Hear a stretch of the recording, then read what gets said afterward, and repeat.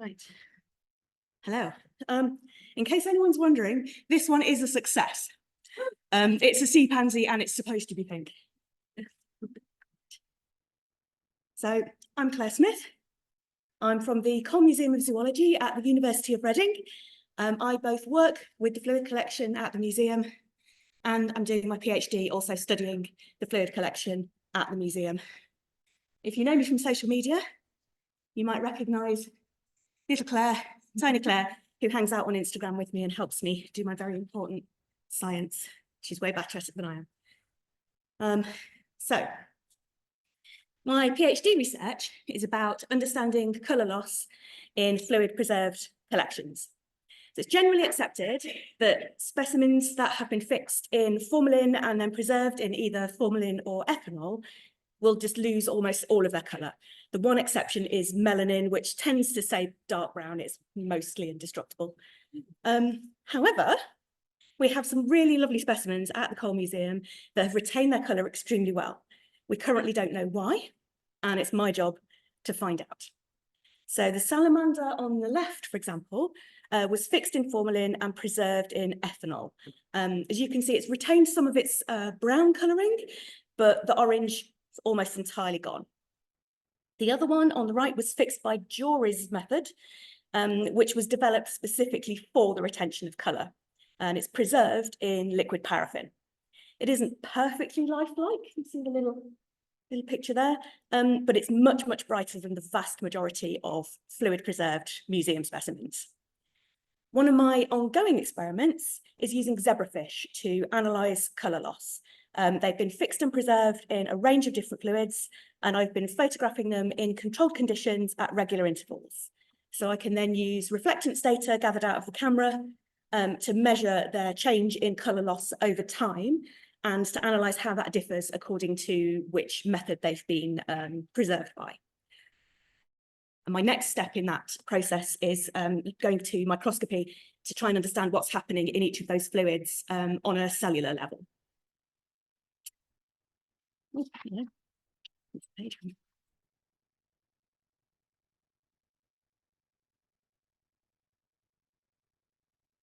Oh no, I've got a page missing.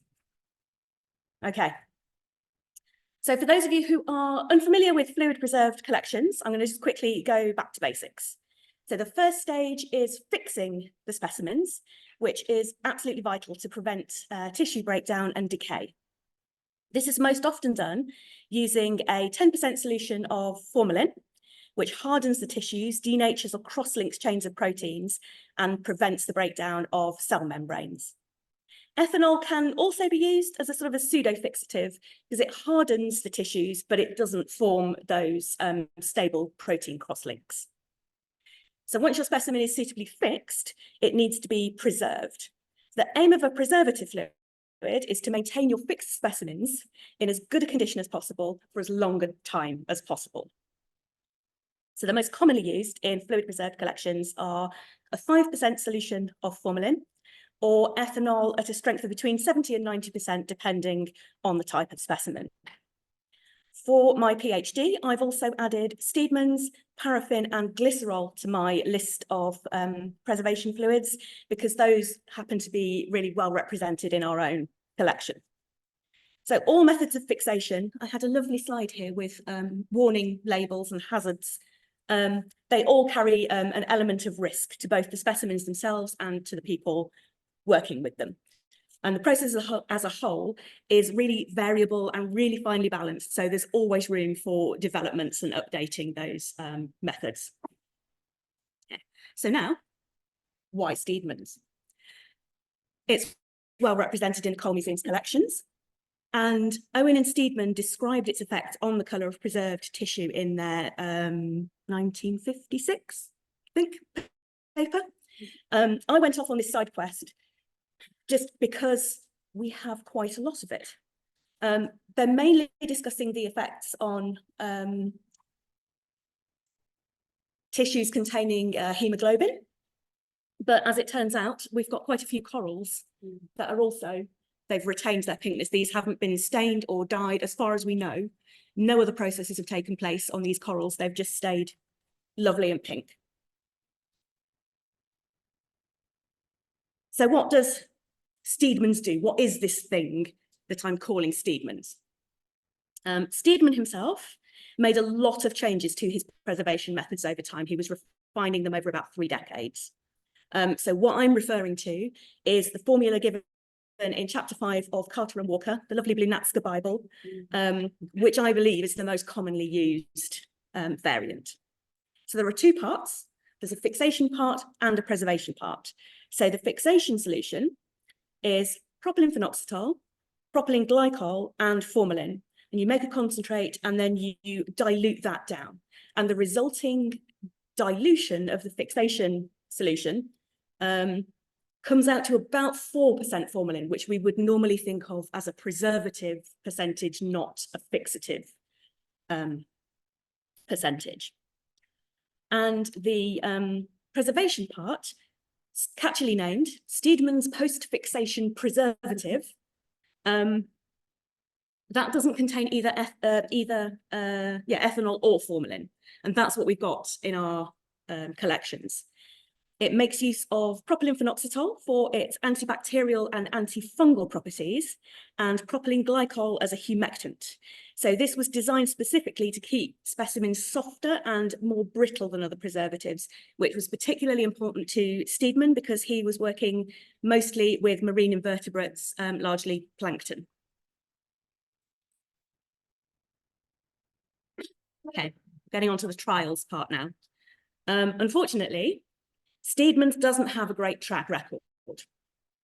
In the late 1980s, a tank full of fishes at the Natural History Museum in London, sorry folks, were completely lost to rapid decomposition, which happened completely unexpectedly and in between regular ongoing checks.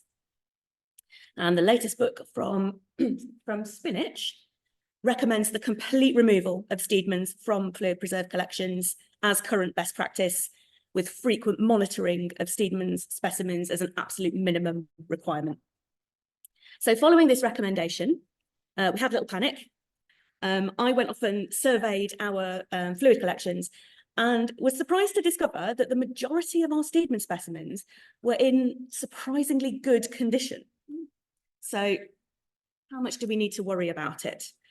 This is our current storage space. We're in the process of moving, and we've got some more little salamanders there preserved in Steedman's. So by some of your standards, we're quite a small collection. The fluid collection numbers around 2,500 specimens, and 52 of those are currently in Steedman's post-fixation preservative. We also have a teaching collection of around 4,000 specimens, and in 2007 to 8, there was an extensive programme of moving those out of formalin and into Steedman's to make them safer for our students to study. We're currently cataloguing our teaching collection, so I don't have an exact number of Steedman specimens for that, but it's a lot. So if you had a bit too much wine at the dinner last night, or if you're not a fan of preserved dissections, please look away for the next slide. Ready? Okay. So the recommendations for Steedman's are that it shouldn't be used for large specimens, and it shouldn't be used for densely muscled animals. So the photos on the left and right are dissections of the superficial muscles of a rhesus monkey's leg and a pigeon. We do have the whole pigeon. That was just the nicest photo I could find. The one in the centre is a brown trout with the ovary dissected to show her eggs. And this specimen is quite a large one. It's around sort of 2 feet, 60 centimetres tall. In all of these specimens, there are no signs of turbidity or tissue degradation that might suggest there are any risk of damage due to their preservation method. However, there might be a reason for that. So if you looked away, by the way, you're safe again now. This little diagram shows the most common sequence of changes in fluid that our Steedman's preserved specimens have been through since they came in to the Cole Museum. Only one of our Steedman specimens has been preserved by that method from the outset. It came to us in 1953, already in a 1% solution of propylene phenoxetol. So the majority of our Steedman specimens have been moved through several different preservation fluids. So the trout, for example, started off in 70% spirit in 1931. It was switched over to formalin in 1965, and it was moved to Steedman's at some point prior to 2020, which was the last time I worked on it, to top it up from a little bit of evaporation and replace the seal that had just gone. So we've got very minimal documentation about this, but there seems to be, in our collection at least, there was a trend during the 1960s for moving specimens out of spirit and into formalin. We've got hundreds that have had that done to them. And then we had a short period, like I say, in 2007 to 8, of transforming formalin specimens into Steedman's. And this seems to have been trialled on our teaching collection, where we have the largest number of specimens in Steedman's. So it seems likely that this progression, in particular the decades spent preserved in formalin, are a contributing factor to the stability and the good condition of our Steedman specimens. Now, brace yourselves, because we're on to the disappointing disaster part. Yeah. So here he is, a little long-eared bat. Don't take pictures of him. Oh, no.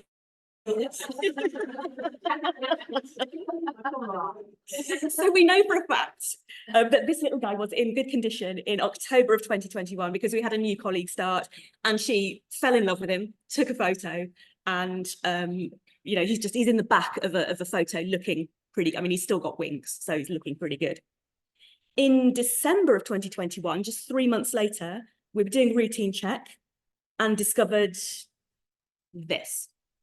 The wings are gone, the tail and most of the ears, just all of that delicate thin tissue, just completely detached and fallen to the bottom of the jar. So after we'd finished freaking out, we brought the bat into our lab to have a look and try and figure out what had happened. So the first thing we did was test the pH of the fluid, which was 11.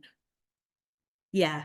Steedman's normally has a really stable pH of 6. It's not one that you usually need to monitor for that reason. It's pretty stable at about 6. So we very carefully sort of floated the bat out of the jar, retained as much of the fallen tissue as we could. We've refixed it with 10% formalin, and it's now preserved in 5% formalin while we decide its future. But those couple of years in formalin seem to have stabilised it, and it hasn't lost any more tissue since then.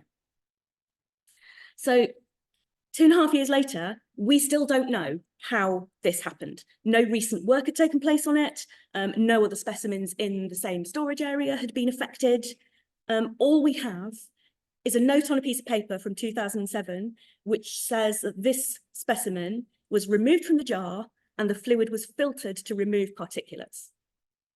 So it seems possible that something had happened in its past and that the little guy was decomposing from the inside until it got to such a point that it was degraded enough to A, all the bits, and B, change the pH of the fluid. Sad time. Oh, okay. So the other main issue we have with Steedman's is detachment from backing plates. This example is a sea slug, which, as you can see with that very out of focus picture, was tied to its backing plate with cotton thread. So because the combination of propylene phenoxetol and propylene glycol was designed to keep preserved specimens soft, unfortunately, the cotton thread has acted like a cheese wire and pulled right through the specimen. And we've got a few of these very delicate marine specimens that have done the same thing. But apart from that, there's no other signs of damage. There's no turbidity in the fluid. There's no particulates in the bottom. So there's nothing about it that might suggest decomposition. So something that I'm looking at as part of my PhD is the effect that different preservation fluids have on different types of tissue. So at the moment, the general assumption is that soft tissues equal inadequate fixation, but that might not necessarily be the case. So, as I've just said, we're not sure. It may be that it's not quite as we thought, because Steedman's was specifically designed to preserve softness, particularly in marine specimens. It might not be inadequate fixation, don't know, trying to find out. It seems likely that the reason why our formalin specimen, our Steedman's preserved specimens are in good condition is because they did spend those decades in formalin and were moved into Steedman's at a later date.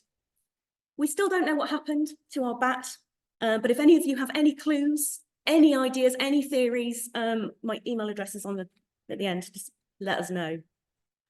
So this is where you come in. Some of you have filled in the survey already, thank you very much. Most of you, I think I've said you've seen it go round on the NATSCA list. I've got a little QR code on my business cards if anyone wants to come and get one. Because obviously my research is only based on my own collection. Only one example, that's not a data set. So any of you who have anything, any of you who have fluid preserved collections, even if you think you don't have Steedman's, if you could please fill in the survey anyway, because we're trying to get an overview of which fluids are used for which types of specimens, which collections are doing what. I'd like to know what you're up to, what's going on with your fluid collections. So, as is now the tradition, here is a QR code. Tiny Claire would like you very much to fill in the survey. And let's say I've got some business cards. If this one isn't working for you, you want to take it away, fill it in at your leisure. But thank you very much. And I look forward to hearing from you all.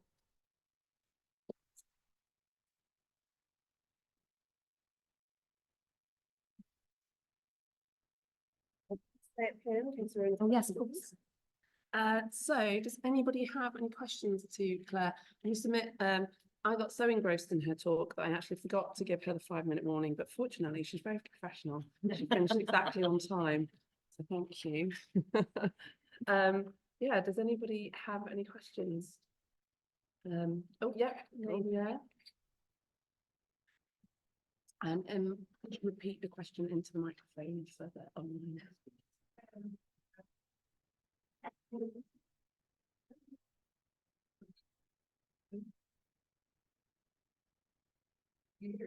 Oh, just yes. I really want to know whether your original specimens, where they moved in, were they buffered? Have you looked into the impact of buffering? Okay, so the question was, have I looked into the buffering on formaldehyde specimens and how that affects the colour? The short answer is no. The slightly less shorter answer is not yet. Because I'm working from some original,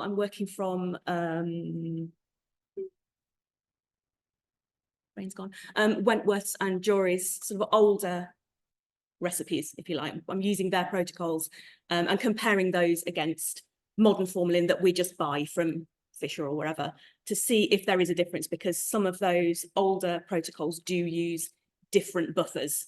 So yes, I haven't gone through and tested yet what the effects of those buffers are on the colour, but it's on my to-do list. I'll let you know. Any others? Who's filled out the survey so far? And who's going to fill out some? Anyone with jars, even if you've only got one, I want to know what's in it. Oh, yeah, Amy. Great talk. Thank you for looking into things. Do you think that fluid preservation and collections would benefit from approaches like yours that are systematic? Just because we inherit historic collections and there is a bit of detective work involved, so if you'd like to say your approach. So Amy's question was, do you think fluid-based collections would benefit from this kind of sort of analytical work and trying to understand exactly what is going on? And the answer is yes, absolutely. Because as Amy said, we inherit these collections. We don't always have fantastic documentation. We haven't got an essay or a paper for every specimen saying, yes, we did exactly this, this, and this. So a lot of the time, we're hoping for the best. We're going by best practices. We're hoping that whatever we top something up with isn't going to just go horrendously wrong. So whatever results I end up with, I'm hoping that they'll at least be more informative than the current level of it's formalin. Hopefully it'll be fine. And that's the real advantage of working for a university museum as well, is that I'm very aware that a lot of museums just don't have the facilities that we have. Nobody, most people don't have a convenient brand new science lab right next door to their museum. So because we have these facilities and this opportunity, it seemed really important to take it and just see on a chemical level, on a cellular level, what the heck is going on inside those jars. Yeah, fantastic. Sorry, there's an online question. Oh, right. Are there any, from Megan King, are there any collections that have a good record of preserved methods over time? It's a tricky one because, I mean, we do things in museums because that's the way they've always been done. So quite often you find that some of the collections that do have the best record of preservation over time are the ones that haven't been touched. They're the really, really old ones from the sort of 1700s in spirit of wine that nobody's ever opened. And so they're stable because no oxygen's got in, nobody's touched them, they're fine. Problems do happen when people come up with what they think is a fantastic new protocol, hooray for Steedman, and then it's not until 50 years later that some fish and a bat disintegrate. You don't find those results until a long time later. So this is partly why, again, I'm looking right at the detail of it to try and understand what will work, what won't, and what does give us the best hope for longevity with our specimens. I think we're going to run out of time. So, but we're going to have tea break in a bit. So you can quiz her then. Thank you so much, Claire. Thank you. I love that, especially the bats. Poor little guy. Thank you.